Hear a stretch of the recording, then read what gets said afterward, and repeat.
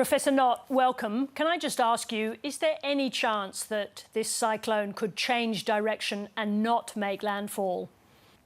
It doesn't look like that at the moment, Sarah. Everything is sending it towards the coast. It may stall a little more, but the steering winds are definitely pushing it towards the coast. So every indicator at the moment suggests that it will cross the coast. We just don't know exactly when. There have been reports that the cyclone will now cross as a Category 1 rather than a Category 2. Will that make any difference to how it is experienced by people? Probably not. I mean, a severe Category 1 and a low-end Category 2 aren't much different, really. So it's just a fine line. It's a line that's been drawn in terms of wind speeds. So it's more than likely still going to be quite a threatening event to many people and to some properties. So I don't think so. What happens, Professor, in the eye of a cyclone?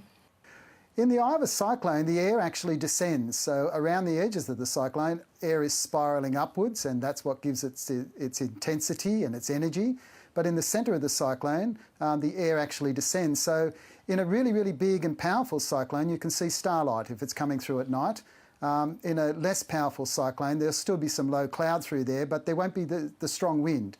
So winds will calm down and be a lot stiller, and until you get the return eye wall, and then the winds will come from the other direction, and they can come through with quite a force.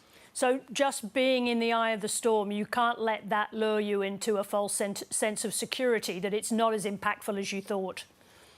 That's exactly right, and many people do go out into the eye and have a look and wonder what's going on.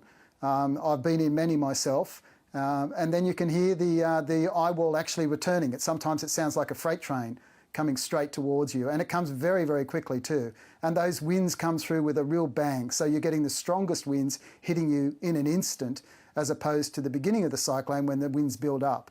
So that return eye wall is very, very dangerous. You've been studying cyclones over a period of their existence for 2,000 years, I understand. Is there anything atypical about this one? Nothing really. You know, there has been plenty of cyclones that have occurred down in southeastern Queensland over the last century and a half. We've just been through periods of time when there haven't been many. And the last 50 years really has been one of those periods where we haven't had many cyclones occur in that area of Queensland. Prior to that, in the late 1800s, we had quite a few, and in the 1950s we had some, in the 1960s, and then things changed after about 1976. You know, climate conditions, the El Nino Southern Oscillation started to change, and under El Nino conditions we don't get as many tropical cyclones hitting eastern Queensland, and that's what occurred. And so, you know, it's been a relatively quiet period. But over the long term, when we look at records over the long term, we see that, you know, there have been plenty of cyclones down in that part of the world.